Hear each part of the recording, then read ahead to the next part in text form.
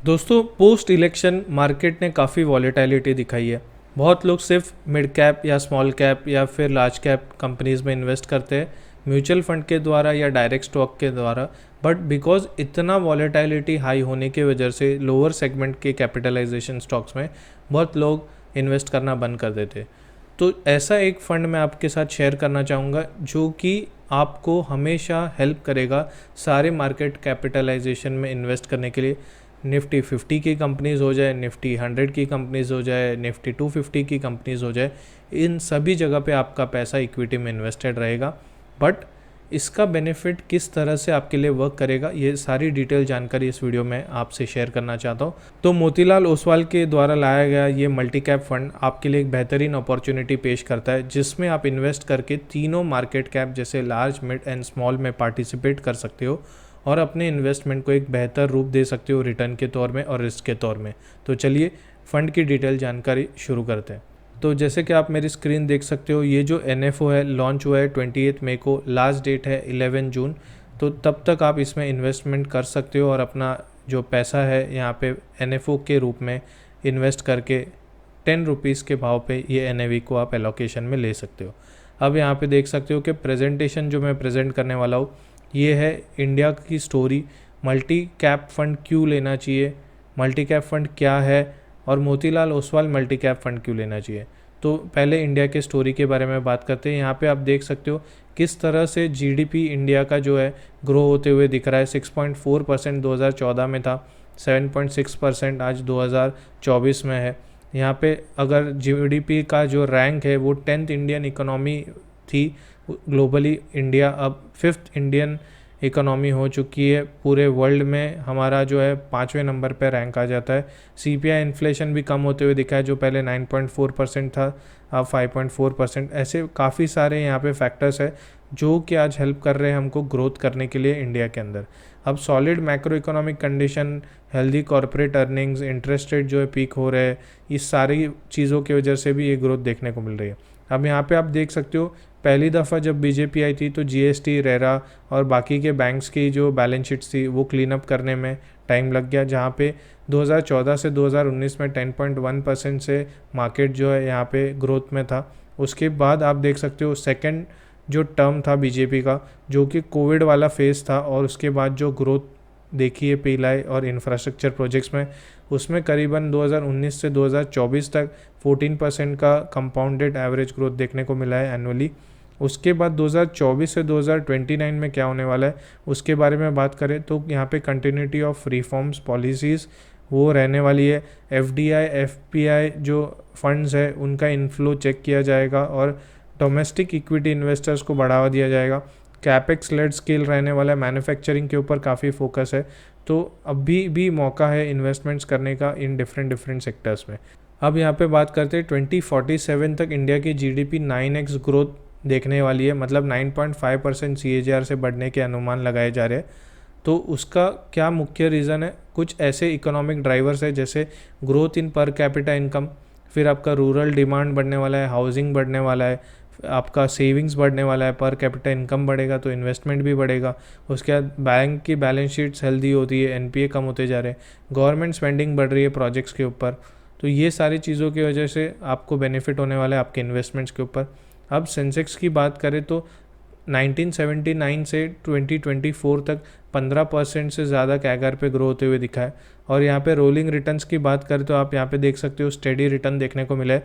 Market में ups and downs बावजूद यहाँ पे जो है रिटर्न स्टेडी है रोलिंग रिटर्न्स के फॉर्म में।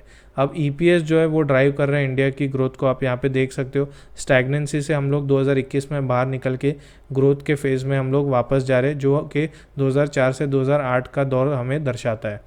अब यहाँ पे आप और चीज़ें देख सकते हो कि किस तरह से ये ग्रोथ होने वाली है। तो यहाँ पे एक चार्ट है जो 2004 से 2008 का रिसेम्बलेंस देता है। जैसे निफ्टी 50 का EPS, निफ्टी 100 का EPS और निफ्टी स्मॉल कैप 250 का EPS अगर आप देखोगे तो 2003 से 2008 में एक बहुत बड़ा ग्रोथ देखने को मिला, जो 20% के अबव है तीनों सेक्टर्स में। उसके बाद आप देख सकते हो 2008 से लेकर 2020 तक 5.1% का ही कैगर ग्रोथ है। उसके बाद मिड कैप में 4.2, स्मॉल कैप में 2.8 का। और उसके बाद जो कोविड फेज़ ख़त्म हुआ है 2021 से लेके अभी तक अगर आप देखोगे तो अगेन 22% निफ्टी 50 में ग्रोथ है कंपाउंडेड। उसके बाद मिड कैप में भी 36% और स्मॉल कैप में 48% का ग्रोथ है।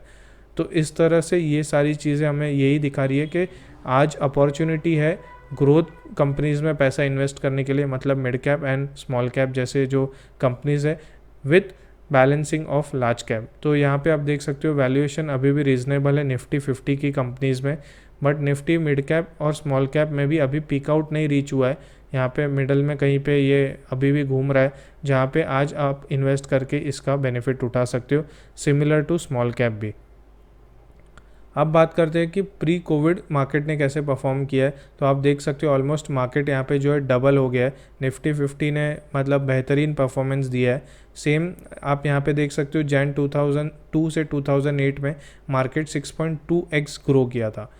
अब बीच बीच में मार्केट थोड़ा क्रैश हुआ है, करेक्ट हुआ है 15, 20, 30% से, बट अगर आप लंबे टाइम के लिए इन्वेस्ट कर रहे हो 7 साल 10 साल के ऊपर, तो वो सारी चीज़ों का आपको टेंशन लेने का ज़रूरत नहीं है, क्योंकि फिर से मार्केट ऊपर आता है और ये इतिहास गवाह आप यहाँ पे चार्ट पे देख सकते हो। अब कौन से ऐसे सेक्टर्स है जहाँ पे मल्टी कैप फंड हमें हेल्प करता है इन्वेस्ट करने के लिए? तो मिड कैप और स्मॉल कैप की जो अपॉर्चुनिटी होती है वो industries, chemical, hospital, capital good, fintech, defence, इन सेक्टर में सबसे ज़्यादा होती है कंपेयर टू निफ्टी 50। तो इसीलिए ये जो सेक्टर्स है ये डिफरेंशिएटिंग सेक्टर्स है कंपेयर टू आपके जो लार्ज कैप सेगमेंट के सेक्टर्स हो गए। ऐसे सेक्टर्स आपको सिर्फ नीचे वाले मार्केट कैपिटलाइजेशन कंपनीज़ में ही मिलेंगे जिसमें हाई ग्रोथ अपॉर्चुनिटीज़ है, हाई ग्रोथ अर्निंग्स है। अब क्यों मल्टी कैप? तो एक सिंपल रीज़न है, या तो लार्ज कैप में अगर इन्वेस्ट कर रहे हो तो 80% to 100% लार्ज कैप में इन्वेस्टमेंट जाता है, मिड कैप में करते हो तो 65 to 100%, और सेम स्मॉल कैप में।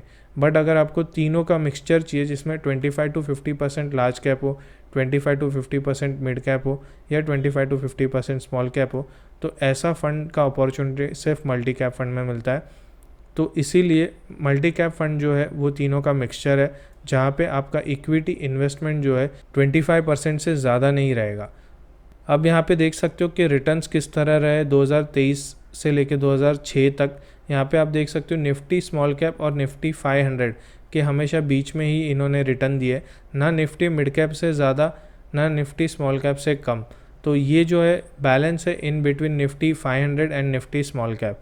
तो ऐसे फंड में अगर इन्वेस्ट कर रहे हो तो आप एक्सपेक्ट कर सकते हो कि निफ्टी 500 का जो इंडेक्स है उससे तो थोड़े बेटर ही रिटर्न्स मिलेंगे, not as great as Nifty small cap और निफ्टी मिड कैप, बट हाँ इससे तो बेहतर है कि अगर मैं सिर्फ स्मॉल कैप में डालूँ और वेट करना पड़े। स्टेबल फंड है multi cap compare to all the individual funds जो हम सिलेक्ट करते हैं। अब बात करते हैं कि तीनों जो इन्वेस्टमेंट्स है, capitalisation of large cap, mid cap, small cap, ऐसे कौन से सेक्टर्स है जो यूनिक है। तो आप देख सकते हो नॉन फेरस मेटल सिर्फ लार्ज कैप में है, उसके बाद इंफ्रास्ट्रक्चर कंपनीज लार्ज कैप में, telecom service provider large cap में, एरोस्पेस डिफेंस लार्ज कैप में, reality, tyre, capital good, cables, fertiliser सिर्फ स्मॉल कैप में। इसके अलावा capital good, shipping, stock brokers, sugar trading, diversified papers, ये सारी सेगमेंट्स जो है सिर्फ स्मॉल कैप में। तो इनमें भी अपॉर्चुनिटीज़ है ग्रोथ की जो हम मिस कर जाते हैं अगर सिर्फ लार्ज कैप में इन्वेस्ट करें या मिड कैप में। तो हमेशा विनर्स जो है डिफरेंट होते हैं, जैसे मैं हमेशा अपने वीडियोस में कहते रहता हूँ कि तीनों सेगमेंट इंपॉर्टेंट है। यू नेवर नो कि कौन सा सेगमेंट किस साल विनर होगा, तो इन्वेस्टमेंट तीनों सेक्टर्स में आपके होने चाहिए। इसीलिए मोतीलाल ओसवाल ने ये मल्टी कैप फंड लॉन्च किया है, जहाँ पर आप परसेंटेज वाइज डिवाइड करके इस फंड में अपना इन्वेस्टमेंट पार्क कर सकते हो, जिसका एक यूनिवर्स 35 फोकस स्टॉक का रहने वाला है, और इनका एक फ्रेमवर्क है QGLP, जहाँ पे ये क्वालिटी ग्रोथ स्टॉक लॉन्जिटिविटी के हिसाब से सिलेक्ट करते हैं, और यहाँ पे पी रेशियोज़ वगैरह भी चेक करते हैं। इनके फ्रेमवर्क पे ये सारी चीज़ें काम करती है। आप यहाँ पे देख सकते हो कि कैसे इन्होंने अपना बुटीक बनाया है, मतलब मल्टीपल मार्केट कैपिटलाइजेशन के स्टॉक्स को यहाँ पे आइडेंटिफाई करके वहाँ से कैसे अल्फ़ा जनरेट कर सकते हैं उस पर फोकस किया है इन्होंने, और यहाँ पे इनका इन्वेस्टमेंट जो है इसी फोकस के साथ रहने वाला है। अब बात करते हैं कि 20 साल का एक्सपीरियंस वाले मोतीलाल ओसवाल के फंड मैनेजर्स ने मल्टी बैगर्स यहाँ पे देख सकते हो हर साल पिक किए, जिसमें HDFC बैंक, एस्ट्रल, 2020 में IT के परसिस्टेंट सिस्टम, मास्टेक, ऐसी कंपनीज़ को इन्होंने शॉर्टलिस्ट किया है। 2022-23 में जोमेटो, जियो फाइनेंशियल सर्विसेज, ट्रेंड, कल्याण ज्वेलर्स, ऐसे कंपनीज़ को पिक किया है जो अच्छा खासा रिटर्न बना करके दिए इनके इन्वेस्टर्स को। तो सोचने की कोई बात नहीं है, ये सारे लोग जो है काफ़ी एक्सपीरियंस्ड है जो हमें ये फ़ंड बना करके दे रहे हैं। और इसमें इन्वेस्टमेंट अगर आप आज करना चाहते हो शुरू, तो फिर मिनिमम 500 रुपीज़ से SIP शुरू कर सकते हो और लमसम भी अमाउंट इन्वेस्ट कर सकते हो। तो आशा करता हूँ ये वीडियो आपके लिए काफ़ी हेल्पफुल रहा होगा। मिलेंगे नेक्स्ट वीडियो में। आप take care, bye bye for now.